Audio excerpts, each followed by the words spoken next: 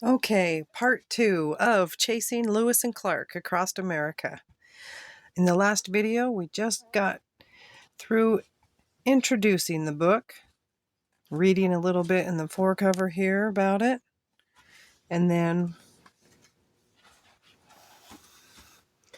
I told you a little bit about how much I loved the writer and this great picture here. This is called Chasing Lewis and Clark Across America, a 21st Century Aviation Adventure by Ron Lowry and Mary Walker. And we only got as far as the foreword, and I started reading this to you, and I didn't get to read you the whole foreword. This is this foreword is written by Commander Alan R. Carpenter, and the editor's note wants you to know that Commander Alan R. A1 Carpenter, U.S. Navy, retired, flew A-4E Skyhawk light attack aircraft during 2 combat deployments to the war in Vietnam. He was shot down twice, lastly on November 1st of 1966 in North Vietnam, where he was captured and held until March 4th of 1973.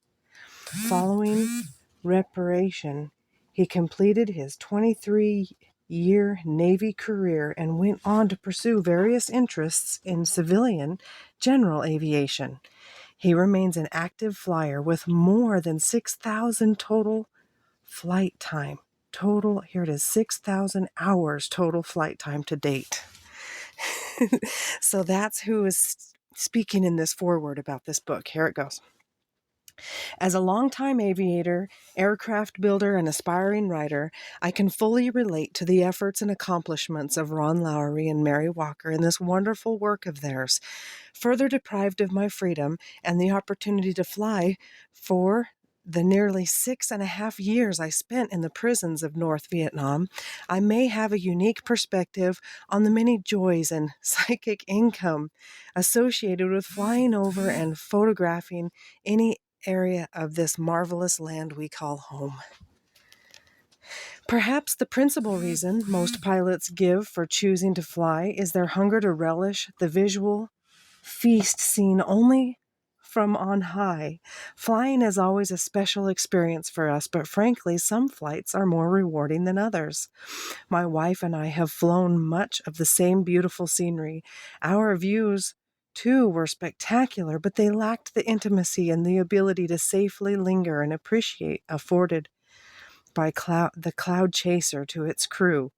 As Ron has captured the scenic color of the chase and his masterful images in landscape and river, so Mary has artfully woven their experiences and the local close-up color of the people and events into a tapestry of words benefiting and complementing a visual story of this magnitude.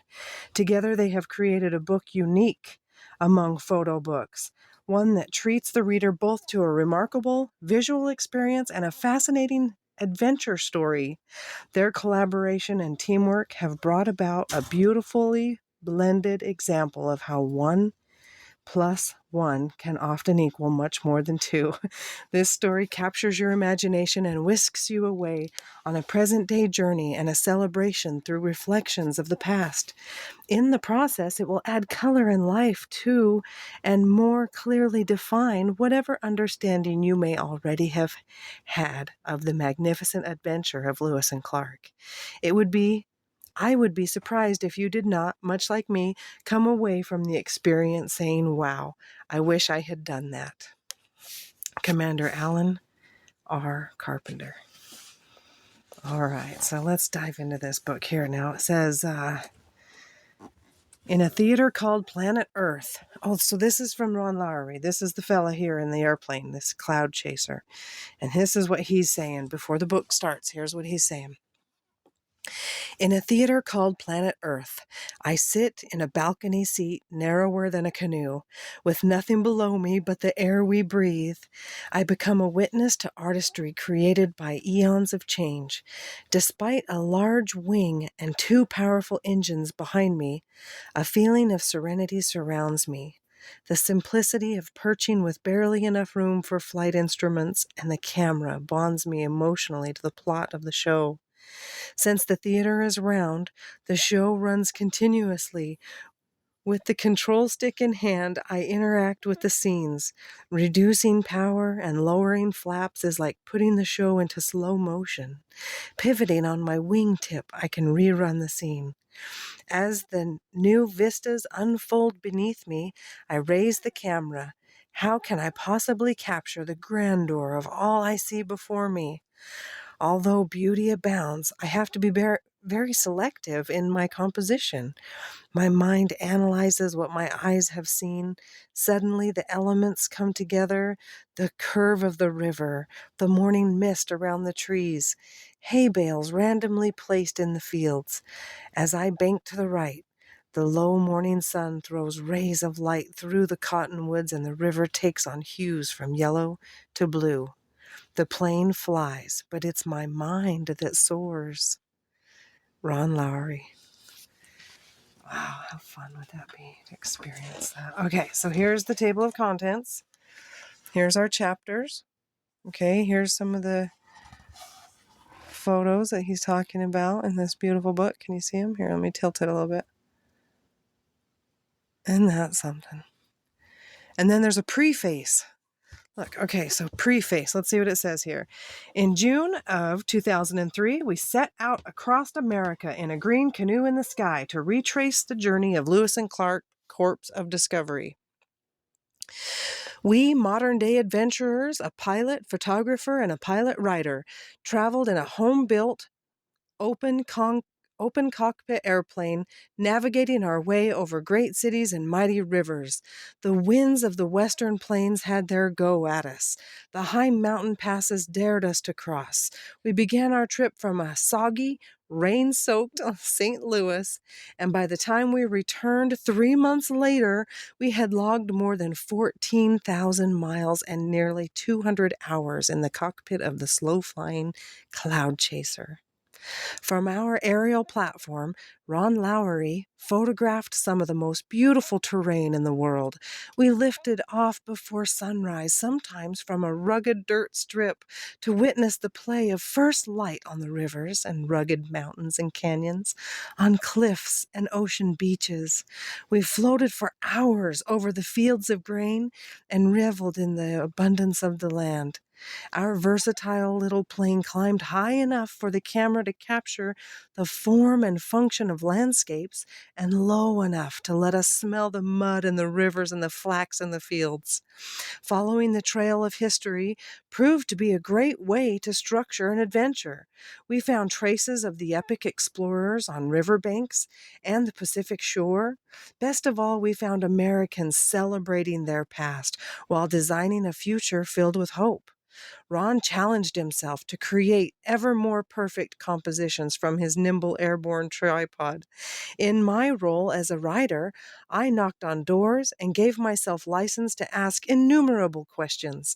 We found ways to enter the lives of people of all heritages and occupations, natives and settlers, fishermen and crop duster pilots.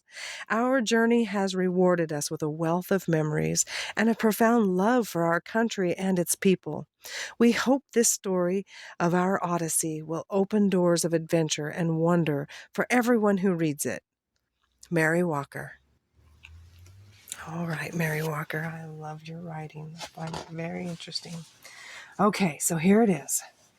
Chapter 1. Let's see. Let's look on the picture. Can you see it okay? Chapter 1. Here, we'll zoom in a little bit so you can take a look. There it is. Chapter 1. This picture down here says, an engraving shows St. Louis 50 years after Lewis and Clark sets off from the fur trading town into the great unknown. Chapter 1. Origins of an Odyssey. Okay. So let's see if we can get you zoomed in a little bit so you can see where I'm reading. How about right there? Is that going to stay put for us? Zoom in a little bit. Okay, there we go. Origins of an Odyssey, Chapter 1. Clear, Ron yells. He toggles the switch to start the left engine. In the chill of the morning air, it shudders and shakes like a sleeping dragon. It takes just a little coaxing. Just takes a little coaxing, Ron says over the intercom. Suddenly, the prop roars to life. The second engine starts immediately. Within seconds, both are humming smoothly. Ron and I are buckled in. His camera and lenses are stowed within easy reach of the front seat. My notepad and pen are in the pocket in front of me. We request clearance to depart. Niner 44 Romeo Lima, taxi to runway 12. The